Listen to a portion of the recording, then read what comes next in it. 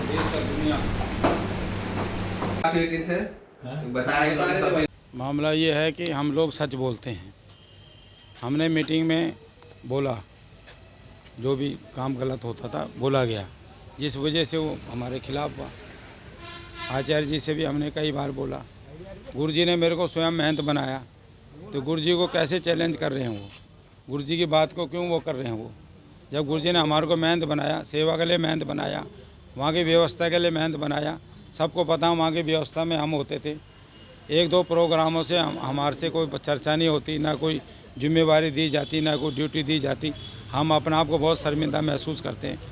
हमारे आश्रम में हम खुद वहाँ सेवा नहीं करें, दूसरा बाहर का आदमी वहाँ सेवा कर रहा है और हम वहाँ खड़े रहें, फिर भी हमने अपने युक्ति मुक्ति से वहाँ सेवा की। जो भी प्रयास बना सबको बैठाने का कार्य हमने किया, जो भी संत आते रहे। क्या आपकी जान को खतरा भी है इससे? खतरा भी हो सकता है, क्या बात है, वो गलत लोगों के साथ जाता आता है, वो गलत लोगों को इस्तेमाल कर रहा है हमारे खिलाफ, आश्रमों में भेजता है हमारे खिलाफ, बुलवाता है हमारे खिलाफ।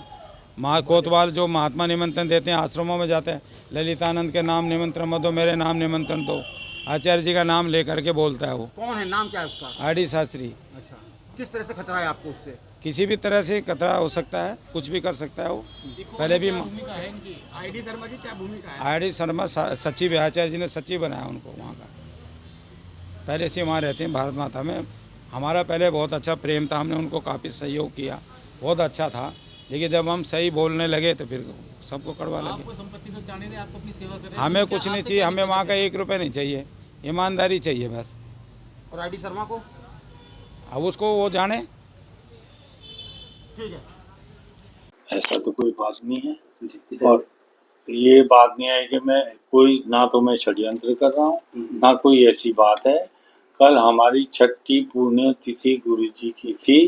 कल आप लोग भी आए थे, पूरा मंच था, संत समाज था, उनको भी आदर सत्कार से वो बैठे थे, उनका भी स्वागत हुआ है जी। और उन्होंने सब जितने भी महामंडलेश्वर थे और अपने जो शंकराचार्य जी थे उनके साथ बैठ के भोजन प्रसाद लिया है, और जो सब काम सम्मान करते हैं उनका भी सम्मान हुआ है।